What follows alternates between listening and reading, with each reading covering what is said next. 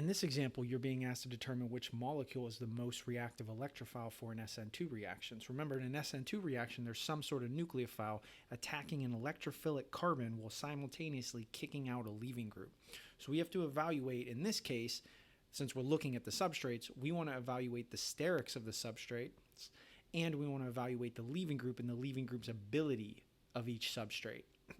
So the first thing we'll look at is the sterics. So when we look at the sterics, we're looking at the electrophilic carbon of each substrate. I'm going to dot all of these electrophilic carbons in red.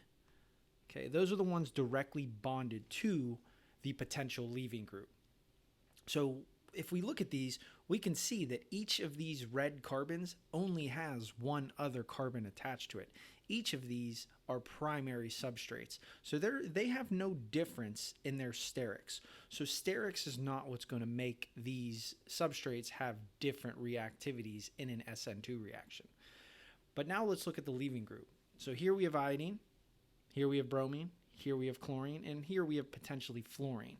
So those are our leaving groups in each one of these. So we now have to evaluate which one is the best leaving group, because the one that's the best leaving group is the one that's going to react fastest in an SN2 reaction. And when we think about leaving groups, we're thinking about things that stabilize leaving groups, because remember, those leaving groups are going to leave with negative charge. The more stable they are with that negative charge, the better leaving group they will be. So we have to evaluate a couple things here. Now, things we want to evaluate are things like electronegativity. Negative charge tends to do better, to be more stable on electronegative elements. Well, here in this series, that would mean fluorine would potentially handle the negative charge the best because it is the most electronegative. We also have to look at atom size, the polarizability, because each of these, iodine, bromine, chlorine, and fluorine, they would leave with one extra electron. And if that one extra electron is crowded by other electrons, that's going to destabilize it. The one that leaves as the best leaving group may also have the most room for that one extra electron. So what we want to do here is we want to kind of think about carbon, and here's that sp3 orbital, and that is going to overlap in one case. The first case, it's going to overlap, it's going to overlap with iodine. So I'm just going to draw the orbital of the iodine.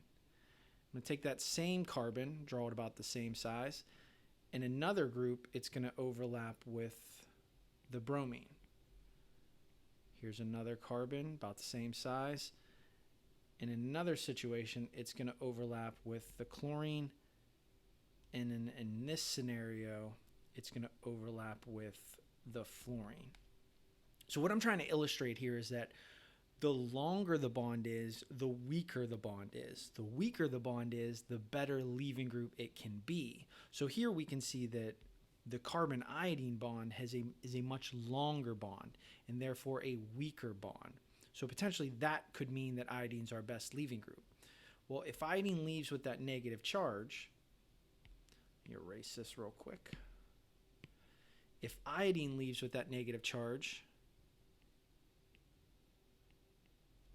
it has a lot more room for that extra negative charge compared to bromine, compared to chlorine, compared to fluorine.